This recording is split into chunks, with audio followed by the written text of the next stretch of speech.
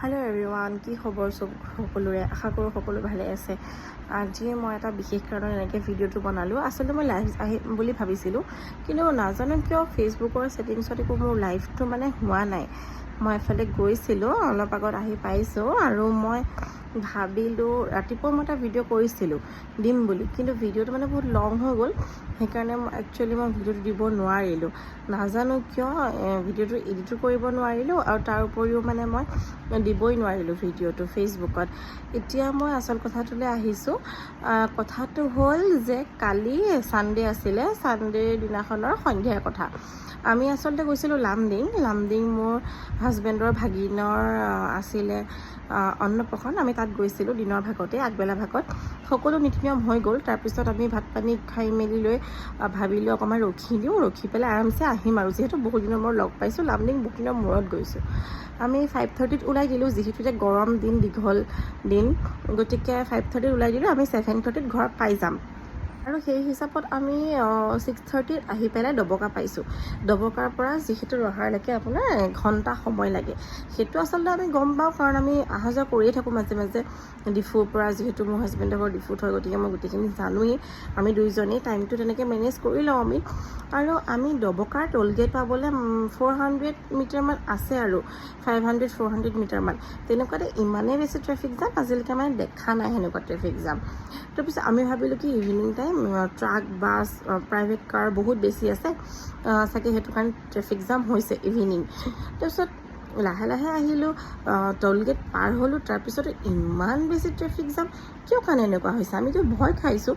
তাৰপিছত মনত পৰিছে যে আচ্ছা, বলেবমৰ কাৰণে আপোনাৰ কঠীয়াতলিত বলেবম, কিন্তু ডবকা টোলগেট পোৱা 400-500 মান মিটাৰ আগৰ পৰাই ইমানেই বেছি ট্ৰেফিক জাম। আমি ডবকাৰ পৰা কঠীয়াতলি পাবলৈ আমাৰ 2 ঘণ্টা ওপৰ লাগি গৈছে। তাৰপিছত আমি কঠীয়াতলি পাই কৰি লৈ পেলাই কঠীয়াতলিৰ পৰা গাড়ীৰ আগেই নাবাঢ়া হ'ল আমাৰ। তাৰপিছতে দেখিছোঁ এটা ৰাস্তা পূৰা ব্লক কৰি দিছে, নেশ্যনেল হাইৱে এটা ছাইড পূৰা ব্লক, তাত গোটেই মেলা পাতিছে আৰু এটা ছাইডত ওৱান ৱে কৰিছে। ওৱান ৱে কৰি পেলাই কি কৰিছে, তাতে প্ৰাইভেট গাড়ী, তাৰপিছত টমটম, খোজকাঢ়ি অহা মানুহ, বাইক, স্কুটি, লগতে চব গাড়ীবিলাক, বাছবিলাক, যোনবিলাক ট্ৰাক, যিহেতু ৰাতি ট্ৰাকবিলাকো চলে, গোটেই ভৰ্তি হৈ গৈছে। আমিতো ভয় খাইছোঁ যে ইমান এনেকুৱা জাম হ'ব বুলি আমি কেতিয়াও ভাবা নাই সপোনতো আজিলৈকে, বা দেখিও পোৱা নাই যে এনেকুৱা হয়। আৰু নেশ্যনেল হাইৱে এটা আপোনাৰ ইমান ঘণ্টা ব্লক কৰাটো কোনো প্ৰয়োজন নাই। 6:30 পৰা আমি জামত ফচিছোঁ ৰাতি 12:45 মানলৈকে, আৰু ডবকাৰ পৰা আমি জাষ্ট আহিছোঁ, কঠীয়াতলি পাইছোঁহি সিমানখিনি টাইমত। 5.5 ঘণ্টা 6 ঘণ্টা সময় ধেমালি নেকি মানুহৰ কাৰণে?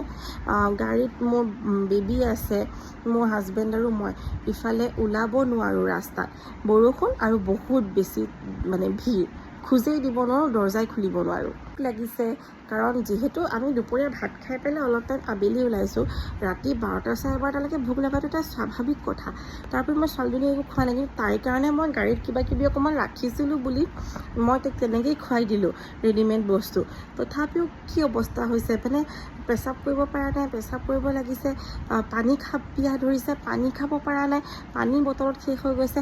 ৰাস্তাত বাৰু পানী বটল পাইছোঁ, যেনেকৈ তেনেকৈ কিনি লৈছোঁ, কিন্তু পানী বেছিকৈ খালে পেচাব বেছিকৈ লাগিব, সেইবাবে পানীও খাব পৰা নাই। কেনেকুৱা এটা ডাঙৰ এনেকুৱা হৈ গৈছে, তাতে এম্বুলেঞ্চবিলাকো ফচি গৈছে। আৰু যোনবিলাক মানুহ এনেকৈ যে বলবম গৈছে সেইটোত আমাৰ প্ৰব্লেম নাই, কিন্তু ট্ৰেফিক জাম কৰি এটা ৰাস্তা নেশ্যনেল হাইৱে ব্লক কৰি কিমান বেছি কিলোমিটাৰ, ডবকাৰ পৰা কঠীয়াতলি পাৰ হোৱালৈকে কিমান কিলোমিটাৰ হয় চাগে চবেই জানেই, বা নাজনাসকলে চালেই গম পাব। ইমান কিলোমিটাৰ ব্লক কৰি ৰখা কিবা যুক্তি আছেনে বাৰু? প্ৰশাসনৰ তাত একো মাত মাতিবলৈ হেৰি নাই, কি মাত মাতিব বাৰু?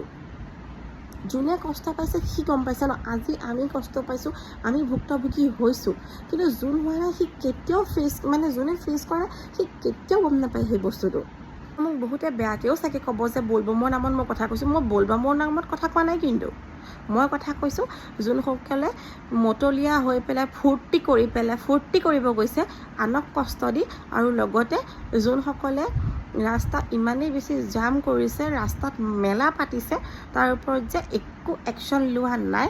তাৰ ওপৰত বলবমটো যোনসকলৰ ধৰ্ম তেওঁলোকে কৰক, আমাৰো ধৰ্ম হয়, কিন্তু তেওঁলোকে যাৰ যাৰ ইচ্ছা কৰক, কিন্তু আনক কষ্ট দি আপোনালোকে পুণ্য কমাব নাযাব। যেতিয়া আপোনালোকে ভগৱানক সুখত ৰাখিবৰ কাৰণে এজন মানুহক বা বেলেগ সকলক কষ্ট মনত দিব নহয়, বেলেগ মানুহক, তেওঁলোকৰ পুণ্য কিন্তু কেতিয়াও নহয়। ভগৱানে কোৱা নাই যে তোমালোকে বেলেগক কষ্ট দি মোক তোমালোকে পূজা কৰা। সকলোকে যেতিয়া ভাল মনেৰে ভাল চকুৰে চাব, মানুহবিলাকক আনক কষ্ট নিদিব, ভগৱানে এনেও চকু মেলি চাব। সেইটো মোৰ পইণ্ট অফ ভিউ। আৰু ইয়াত যদি মই ভুল কৈছোঁ, নিশ্চয় আপোনালোকে মোক কোৱাৰ অধিকাৰ আছে।